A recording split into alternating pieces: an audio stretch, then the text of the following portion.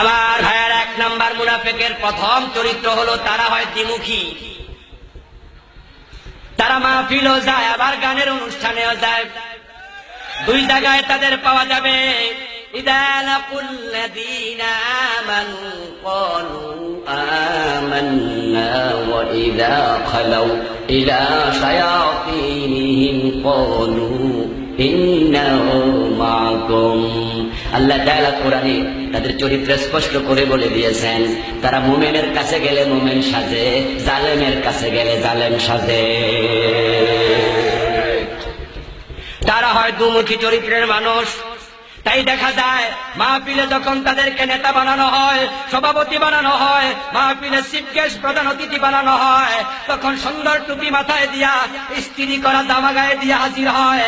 হাজির হইয়া মাহফিলে 50,000 1 লাখ টাকা দিয়া বলে, ও মুসলমানেরা, ইসলাম ধরে রাখা লাগবে, ইসলামের জন্য কাজ করো, আমিও তোমাদের সাথে আছি। 50,000 1 লাখ দিলাম, আমরা সবাই জিন্দাবাদ মারহাবা দিয়া দিলাম।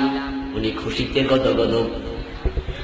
ঠিক 3 দিন পরে যখন মমতাজ বেগম আসে, ওই গানের অনুষ্ঠানেও শার্ট প্যান্ট কইরা টাই কইরা হাজির হয়ে যায়, ঠিক কিনা? উনি এখানে এসে 50,000 1 লাখ ওইখানে দিয়ে দেয় আবার 2 লাখ। উনি বলতেছে ওখানে গিয়া, ও আমার বাংলার ভাইয়েরা, ও দামাল ছেলেরা, ও বাঙালি জাতি, বাঙালিত্ব ধরে রাখা লাগবে। মমতাজ বেগম রে আনছো, রুনালায়লা কই, টাকা লাগলে তো আমি আছি, বাঙালিয়ানা ছেড়ে দেয়া যাবে না। কনসার্ট 1 দিন কেন 3 দিন করে দিলাম 3 লাখ। 2 জায়গাতে টাকা দেয় এমন লোক বাংলাদেশে আছে না?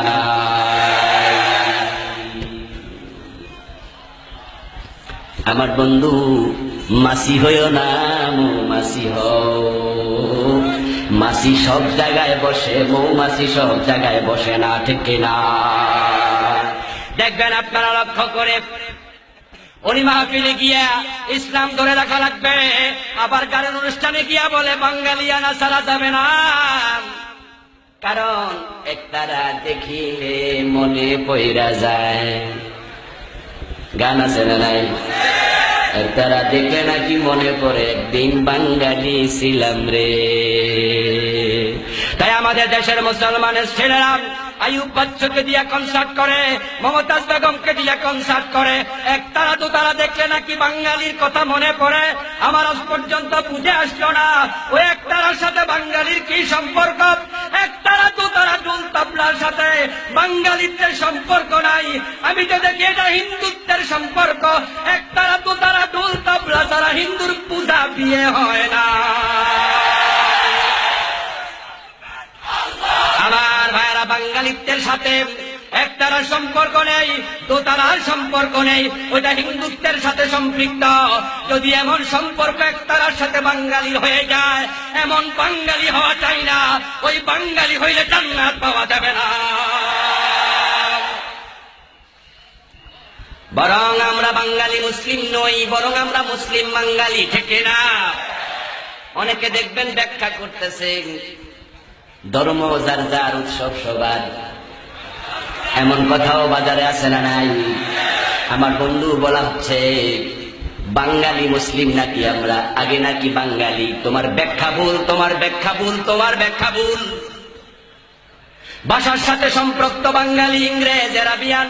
যে ইংরেজিতে কথা বলে স্বাভাবিকতা তাকে ইংরেজ বলে, যে বাংলায় কথা বলে ওই লোকটা কলকাতার লোক হইলো, তাকে তো বাঙালি বলে, ঠিক না?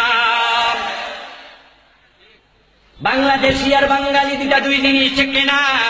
বাংলা ভাষায় কথা বললে সে বাঙালি, আরবিতে কথা বললে সে আরাবিয়ান, আরবি। আমার বন্ধু, যেই বাচ্চার বয়স মাত্র 3 মাস 4 মাস, ওই বাচ্চা ইংরেজ না বাঙালি কোন ভাষায় কথা বলতে শিখেছে এখনো? 3 মাস 5 মাস 7 মাস বয়সের বাচ্চাটা একটা কথাও এখনো ভালো করে জানে না। তা আগে তুমি বাঙালি না আগে মুসলমান? ওই 3 মাস বয়সী বাচ্চা হয়তো বাঙালিও না, রাশিয়ানও না, চাইনিজও না, ইংরেজও না। এখন সে যদি মইরা যায় তাহলে সে কোন ধর্মের উপরে মরবে? যদি আগে বাঙালি হইয়া মুসলমান হওয়া লাগে তাহলে তো 7 মাস 10 মাসে মরা যাইব না, বাঙালি হইয়া মরা লাগবো, ঠিক না? তাই তোমরা যারা আগে বাঙালি হয়ে পর মুসলমান হও, তোমার ছোট বাচ্চা মারা গেলে জানাজা হবে কেমনে? এটা এখনো তো মুসলমান হওয়ার বয়স হয় নাই, কারণ 10 মাসের পরে তো কথা বলে, ঠিক কিনা?